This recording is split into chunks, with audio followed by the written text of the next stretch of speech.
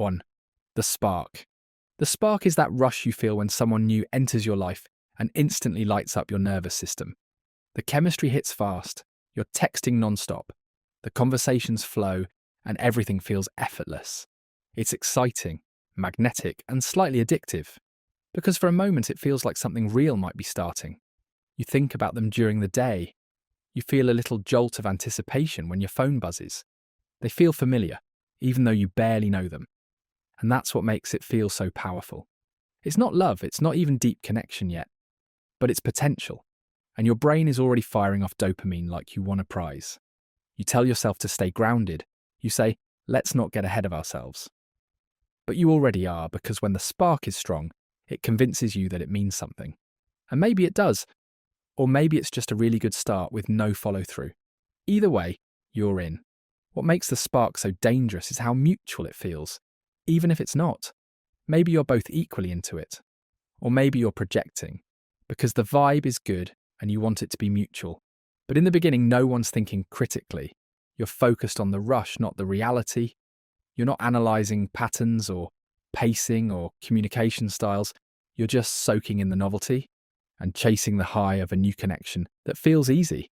The spark also creates false confidence. You tell yourself, I can feel this is different.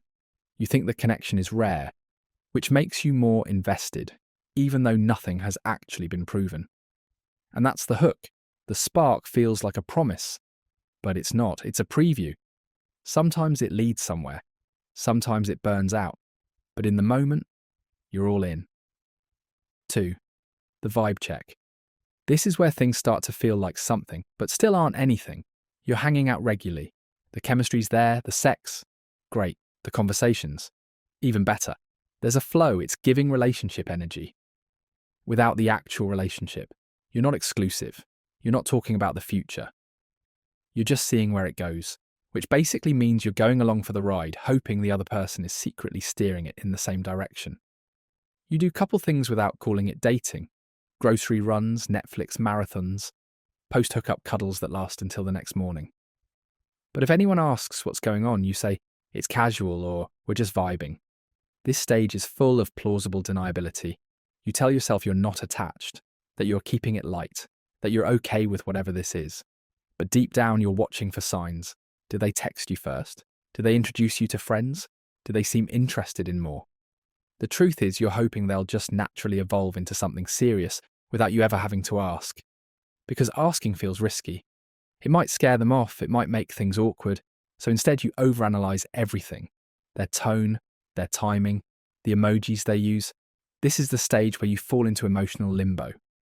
You're close enough to get attached, but not close enough to feel secure. You start to crave clarity, but you're too afraid to disrupt the flow. So you lean into the vibes. You convince yourself vibes are enough. But vibes are not commitment. They're not consistency. They're not communication. The vibe check stage feels good until it doesn't. 3. The illusion of intimacy. This is where it really starts to feel like something real. You've crossed into comfort. You're not just hooking up. You're having deep, late-night conversations. You know their family dynamics, childhood wounds, and talk about things most people don't know. It feels raw, it feels real, and because it feels real, you assume it is real. But this is where a lot of people get stuck, confusing emotional closeness with actual intimacy. Because while they might be vulnerable with you, in moments, there's no foundation being built. You're sharing a lot of feelings, but not creating any clarity. You sleep over. You know their dog's name and their work stress. They vent to you. They trust you. You might even feel like their emotional support system. And that can be intoxicating, because it feels like they've let you in. But being let in doesn't mean being chosen. Vulnerability isn't always a sign of commitment. Some people share easily without ever intending to build anything deeper. And some people crave connection in the moment, but disappear when it's time to define it. You start thinking, this can't be casual. Look at how close we are. But the truth is, intimacy without intention is just confusion in disguise. You mistake their openness for progress. You think their presence means possibility. You're bonding through experiences, movie nights, take-out dinners, inside jokes, but none of it is grounded in real clarity. And when you're emotionally invested, it's easy to see these shared moments as steps toward a relationship. Even if you're walking alone, the illusion of intimacy makes it harder to walk away because you've tasted connection. But connection without commitment is just a soft trap, and it only gets harder to escape the longer you stay. 4. The fantasy formation. This is where your mind starts filling in all the blanks. The connection feels good, so you start projecting. You imagine how they'd fit into your life. You picture what the holidays would be like. You catch yourself mentally adding their name to your future. You're not in a relationship, but your imagination is. They haven't said they want something serious. They haven't talked about a future. But the way they looked at you that one night, the way they said, "I feel so safe with you," that was enough to trigger your brain into writing a script. You assign meaning to small things. A kiss becomes a promise. A sleepover becomes a milestone. A playlist they made you. Emotional contract. You start reading between lines that don't exist. You call your friends and say, "I think this could really go somewhere."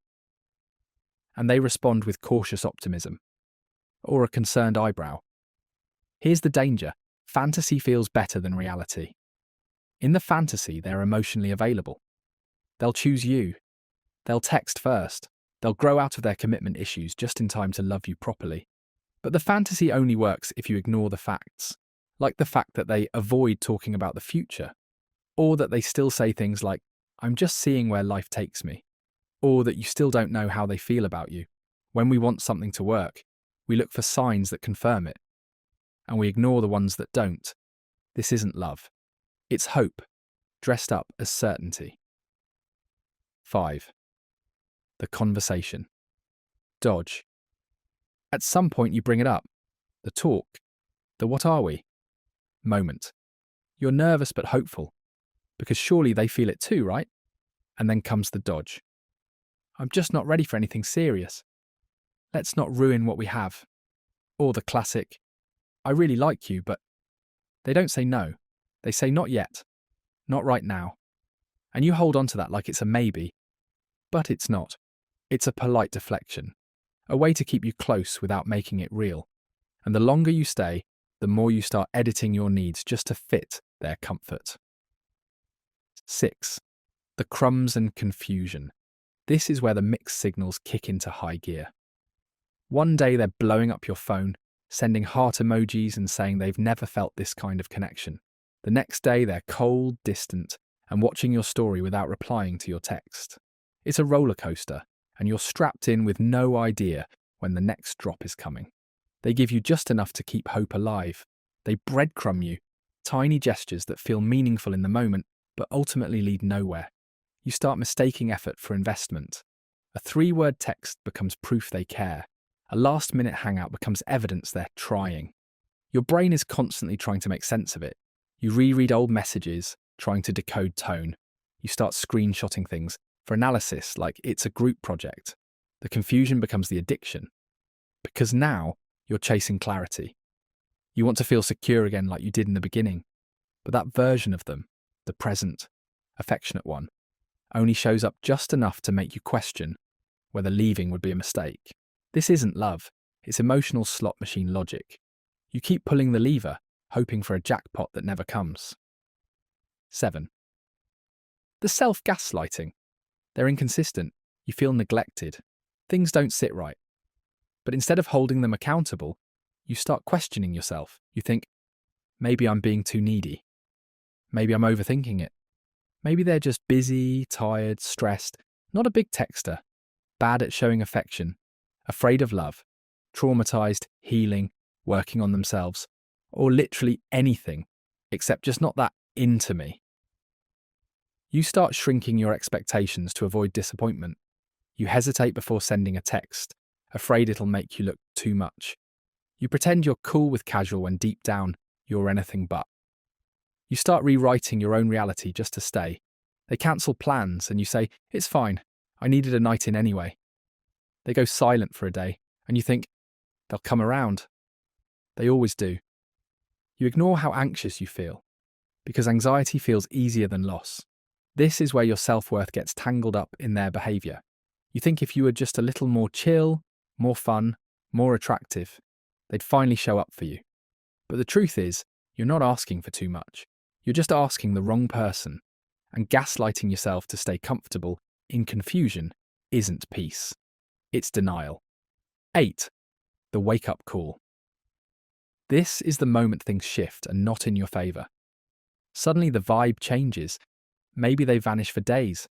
Maybe they casually drop they've been seeing someone else. Or worse, they finally say it outright. I'm not ready for anything serious. It's blunt or maybe passive, but it cuts. Hard. And suddenly everything falls into place. The ghosting, the late-night consistency spikes, the short-lived deep conversations. It all had a pattern. They were never going to go deeper. You feel a mix of relief, pain, and, yes, some embarrassment. Embarrassment because you attached. You didn't just like them. You imagined a path forward, and now you see that path was a dead end. It's human to want meaning, to want someone to see you, to want them to show up. So it feels like your vulnerability was wasted, like it was a gift given to someone who was never going to unwrap it. And that realization, no matter how gentle or brutal, is the wake-up call. Here's what happens next emotionally. You freeze. You stare at your phone, wondering if you misread every text, every message, every moment. You replay conversations. Did they mean that? Was that a hint? Could I have said things differently? The mind search is relentless. You feel used, but it's not their fault. They told you exactly who they were. You feel foolish, but it's not your fault. You were hopeful. Seeing hope as a flaw is the dangerous part of this, because hope isn't weakness. It's human. It's how we connect. This wake-up call doesn't always happen with fireworks. Sometimes it's a quiet realization during a slow fade. Sometimes it's a literal breakup text. Sometimes it's seeing a social post and realizing they've moved on. Whatever form it takes, it hits you with the same truth. This was never a partnership. It was an option, a chapter, a lesson. And now you're waking up. 9. The emotional fallout. This one hurts differently. You're grieving something that never fully existed. There was no anniversary, no breakup text, no label to mourn. Just memories and a lot of unspoken feelings. You try to talk about it with friends, but it's hard to explain.